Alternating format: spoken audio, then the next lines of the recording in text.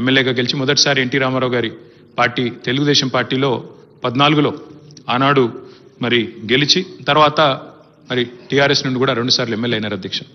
ముఖ్యమంత్రి గారు చెప్పినట్టు హ్యాట్రిక్ కొట్టడం ఎమ్మెల్యేలకు అంత సులువు కాదు అధ్యక్ష.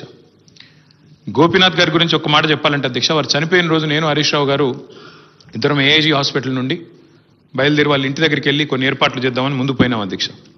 ఆ రోజు నిజంగా ఆశ్చర్యం అనిపించింది మాకు. చెప్తారు అధ్యక్ష, మన హైదరాబాద్లో సామెత చెప్తారు, ఊపర్ షేర్వాణి అందరు పరేషాని అని. అక్కడ పోయిన తర్వాత నేను హరీష్ రావు గారు నిజంగా ఆశ్చర్యానికి లోనేను.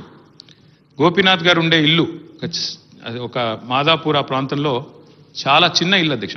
నాకు తెలిసి 250-300 గజాలు కూడా ఉంటుందో ఉండదో, చాలా చిన్న ఇల్లు.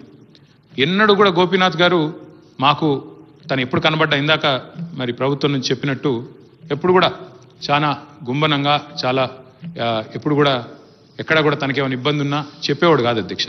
అక్కడ పోయిన చూసిన తర్వాత వాళ్ళ 3 పిల్లలు అక్షర, దిశిర, వాత్సల్య 3 పిల్లలు అధ్యక్ష. ఇంకా చిన్న పిల్లలు 20, 21, 22 ఏళ్ళు ఉంటాయి.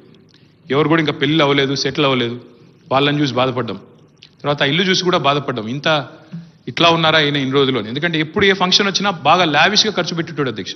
ఊపర్ షేర్వాణి అందరు పరేషాన్ ఎందుకన్నా అంటే ఎక్కడ కూడా తెలియనియలే మాకు ఈ కష్టం ఉందని కానీ ఇంకోటని కానీ.